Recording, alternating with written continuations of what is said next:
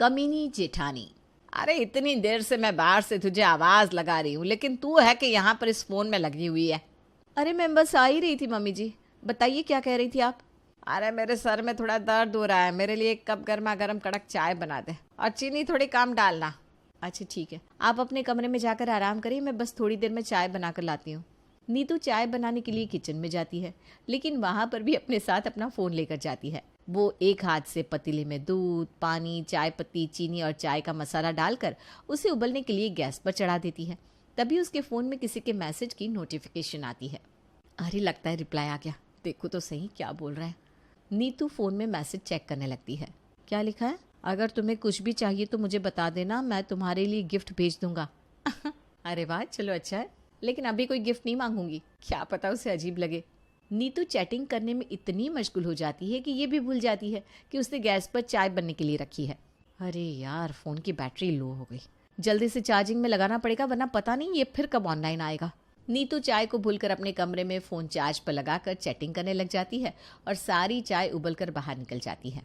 इतनी देर हो गई है, बहू अब तक चाय लेकर क्यों नहीं आई? निर्मला चाय लेने किचन में जाती है। हे भगवान, ये क्या हुआ? पक्का अपने कमरे में बैठकर अपना फोन चला रही होगी। इस फोन के चक्कर में इसे किसी चीज का होश नहीं रहता। बहू, ए बहू! हे भगवान, अभी नहीं क्या हो गया, ये क्यों चिल्ला रही है? बहू आई! अब फिर से चैटिंग छोड़कर जाना पड़ेगा। नीतू किचन में आती है तो देखती है कि पूरे किचन स्लैब पर चाय फैली हुई है। हे भगवान, ये क्या हो गया? वही पूछने तो मैंने तुझे बुलाया है। ये क्या है? इस फोन के चक्कर में इतनी पागल हो गई है कि इतना भी ध्यान नहीं कि गैस पर चाय बनने के लिए चढ़ाई हुई है।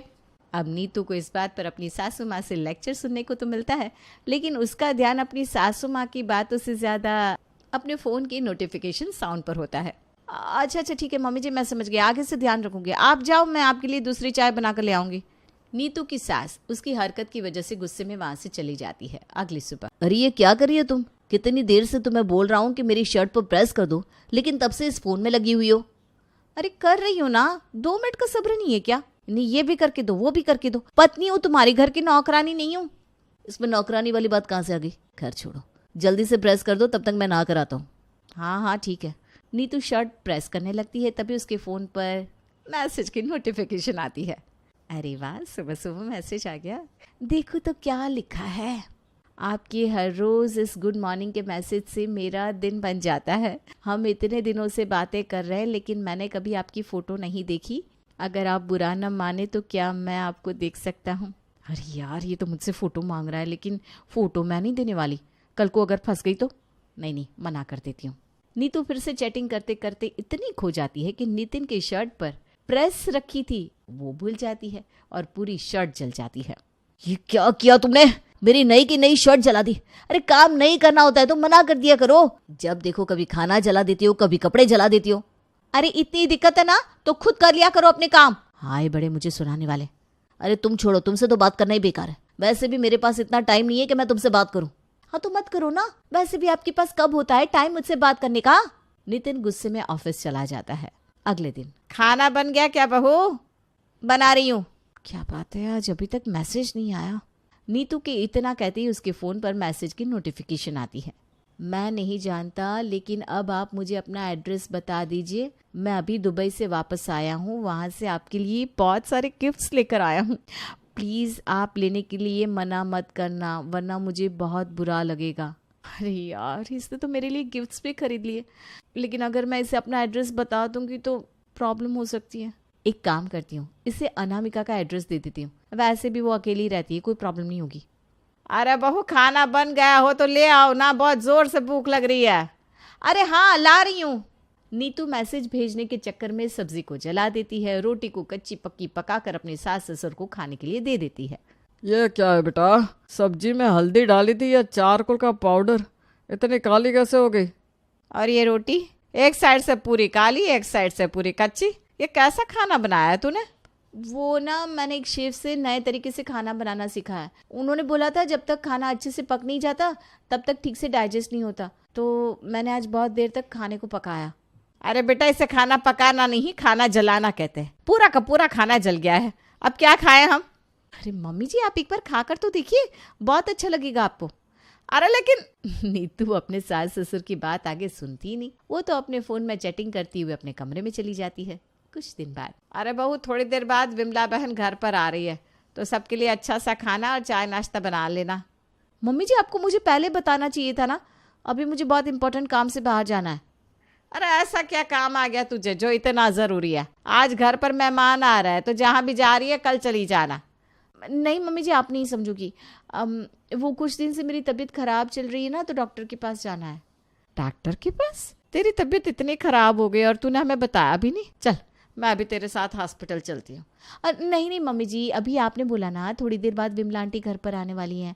अब अगर आप घर पर नहीं रहोगी तो उन्हें अच्छा थोड़ी ना लगेगा, मैं अकेले चली जाऊंगी। नीतू हॉस्पिटल का बहाना बनाकर अपनी फ्रेंड अनामिका के घर जाती है। अरे क्या बात है, आखिर कौन भेज रहा है तुझे इतने सारे गिफ्ट्स? अरे बताना, कुछ तो बात है जो तू मुझे बता नहीं रही।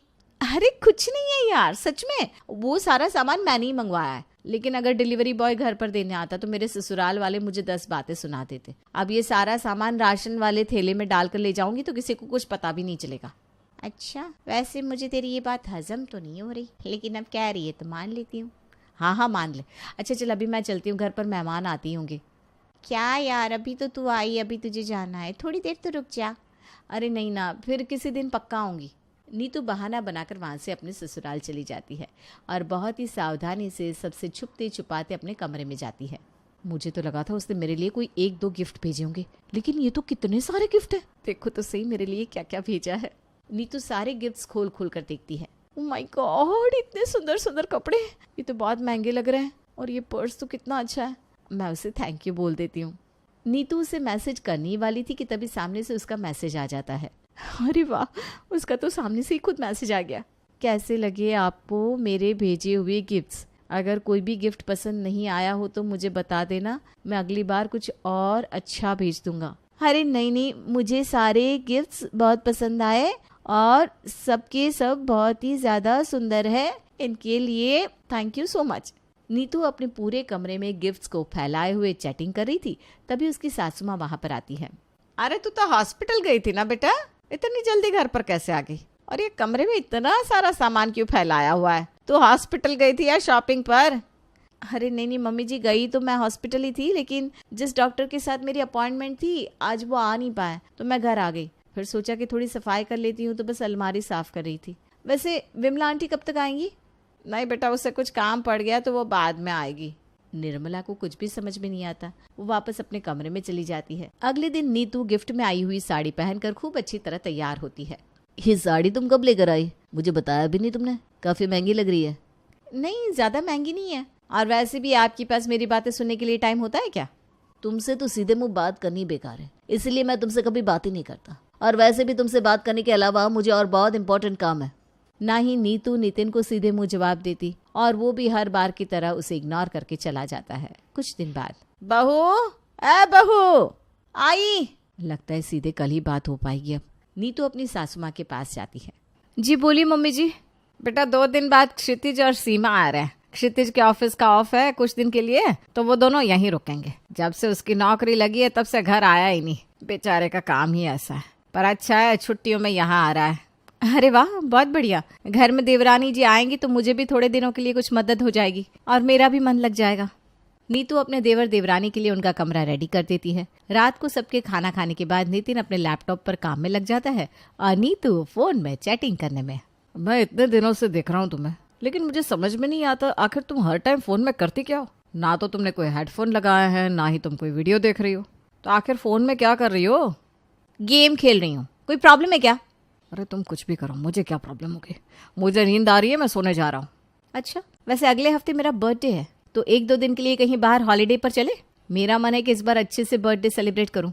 अरे अब तुम कोई छोटी बच्ची हो क्या जो तुम्हें अपना बर्थडे सेलिब्रेट करने के लिए बाहर जाना है? देखो मेरे पास इतना टाइम नहीं है कि मैं तुम्हारे बर्थडे के लिए 2-3 दिन के लिए बाहर जाऊं, या इवन मेरे पास तो उस दिन भी टाइम नहीं है। बहुत इंपॉर्टेंट मीटिंग है मेरी। Good night. नीतू मुंह बनाकर फिर से फोन में चैटिंग में लग जाती है। 2 दिन बाद उसके देवर देवरानी घर पर आते हैं। नीतू उनके लिए नाश्ता लेकर आती है और जानबूझकर सर पकड़कर बीमार होने की एक्टिंग करती है। अरे दीदी क्या हो गया? आपने सर क्यों पकड़ा है? आपकी तबीयत तो ठीक है ना? अरे पता नहीं, सुबह से बहुत चक्कर जैसे आ रहे हैं, सर में दर्द भी हो रहा है। अरे क्या तू भी ना बहू, तेरी तबीयत खराब होती है और तू हमें बताते भी नहीं। जा जाकर कमरे में आराम कर। जी मम्मी जी। नीतू बहाना बनाकर अपने कमरे में जाती है और फिर से चैटिंग करनी शुरू कर देती है। और वहाँ बाहर डाइनिंग टेबल पर सबके साथ बैठा उसका देवर क्षितिज भी फोन में ही लगा रहता है। ये सब क्या है बेटा? हम सब इतने दिनों बाद मिले हैं, तो इतने दिनों बाद घर आया है और इस फोन में लगा हुआ है। थोड़ी देर हमसे भी बात कर ले। अरे नहीं पापा, ऐसी कोई बात नहीं है। वो तो बस ऑफिस के इम्पोर्टेंट मैसेज आ गए थे तो उनका रिप्लाई कर रहा था। मैं अभी ज़रा एक इम्पोर्टेंट मीटिंग में हूँ, आपसे बाद में बात करता हूँ। अरे यार, अभी ही तो बात करने का टाइम था। वैसे भी घर पर ये लोग आ गए, पता नहीं बात करने का टाइम मिलेगा भी या नहीं। इसी तरह कुछ दिन बीतते हैं। कुछ दिन बाद, ये वाली साड़ी कितनी अच्छी लगती है मुझ पर। उन्होंने तो कभी मुझे देखा भी नहीं, उसके बाद भी मेरे लिए इतने अच्छे अच्छे कपड़े भेजे जो मुझ पर इतने सुंदर लगते हैं। नीतू अपना फोन लेकर चैटिंग करती हुई किचन में जाती है और सारा ध्यान फोन में होने की वजह से अपनी देवरानी से टकरा जाती है। अरे क्या हो गया दीदी, ऐसा क्या इम्पोर्टेंट देख रही हो फोन में जो मुझ पर भी आपका ध्यान नहीं गया? अरे कुछ नहीं, वो बस मेरी फ्रेंड मार्केट में साड़ी की दुकान के बारे में पूछ रही थी ना, तो वही बता रही थी। वैसे आपकी तरह क्षितिज जी भी फोन में इसी तरह खो जाते हैं, फिर उन्हें सामने कोई दिखाई नहीं देता। पर हाँ, आपकी साड़ी बहुत सुंदर लग रही है। कहाँ से खरीदी आपने? ये तो मेरी माँ ने मुझे दी थी। अच्छा, काफी अच्छी है। दोनों देवरानी जेठानी नाश्ता बनाकर सबके लिए लेकर आती है। तभी क्षितिज का ध्यान नीतू की साड़ी पर पड़ता है। ये साड़ी तो बिल्कुल वैसी लग रही है जैसे मैंने उसके लिए भेजी थी, लेकिन ये साड़ी भाभी के पास कैसे आ गई? आपकी साड़ी बहुत अच्छी लग रही है भाभी, भैया लेकर आए थे क्या? अरे नहीं, ये मेरी मम्मी ने मुझे दिलाई थी। आज क्या हो गया है सबको, सब मेरी साड़ी के पीछे क्यों पड़ गए? कुछ दिन बाद, अरे मैसेज क्या लिखा है? मैं अभी दिल्ली आया हुआ हूँ तो सोच रहा हूँ कि हम दोनों मिल लेते हैं। मैं आपको वेस्टर्न कैफे में मिलूंगा। वैसे भी आज देवर जी तो अपने दोस्तों के साथ बाहर गए हुए हैं। नितिन जी की भी मीटिंग है और सीमा भी अपने फ्रेंड्स के साथ शॉपिंग पर गई है, तो मैं तो मिलने के लिए जा सकती हूँ। जल्दी से रेडी होकर आती हूँ। नीतू नहाने के लिए जाती है, तभी नितिन वापस घर पर अपना लैपटॉप का चार्जर लेने आता है। वो देखता है कि नीतू के फोन पर बार बार किसी के मैसेज की नोटिफिकेशन आ रही है, तो वो उसका फोन उठाकर नोटिफिकेशन से मैसेज रीड कर लेता है जिसमें उनके मिलने की लोकेशन लिखी थी। अच्छा, तो ये बात है, इसीलिए हमेशा फोन में लगी रहती थी। आज रंगे हाथों पकड़ूंगा उसे। नितिन नीतू का फोन वैसे ही रख देता है और घर के बाहर छिपकर उसके बाहर आने का वेट करता है। नीतू जैसे ही घर से निकलती है, वैसे ही नितिन भी उसका पीछा करते करते वहां पहुंच जाता है। नीतू वहां पर जाकर ऑलरेडी बुक की हुई टेबल पर बैठ जाती है। तभी वहां पर उसका देवर क्षितिज उसके सामने आकर बैठ जाता है। दोनों जब एक दूसरे को देखते हैं तो शर्म के मारे कुछ बोल ही नहीं पाते। भाभी आप? तुम? ये तो बहुत बड़ी गड़बड़ हो गई, लेकिन जो भी हो ये बात घर पर किसी को पता नहीं चलनी चाहिए। लेकिन अब तो पता चल गई। सीमा तुम?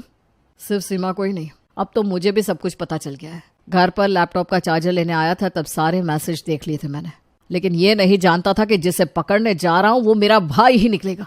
शर्म नहीं आई आप दोनों को? इनकी हरकतों से तो पहले ही मुझे इन पर पूरा शक था, लेकिन ये नहीं पता था कि जिससे ये घंटों घंटों तक बातें कर रहे हैं वो इनकी भाभी ही निकलेंगी।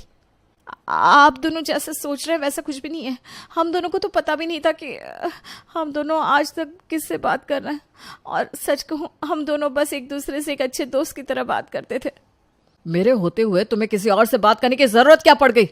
ठीक कहा भैया ने, जब आपकी शादी मुझसे हुई तो आपको मेरे सिवा किसी और की जरूरत क्यों पड़ी? क्योंकि तुमने मुझे कभी टाइम ही नहीं दिया। जानता हूँ आजकल करियर बहुत इंपॉर्टेंट होता है, लेकिन इसका मतलब ये तो नहीं कि तुम अपने पार्टनर को घर में रखे हुए सामान की तरह समझने लग जाओ। कभी 2 मिनट बैठकर बात भी करती हो तुम मुझसे? जब देखो तब सिर्फ और सिर्फ अचीवमेंट के पीछे भागती रहती हो। हमारे रिश्ते के लिए तुम्हारे पास टाइम ही नहीं है।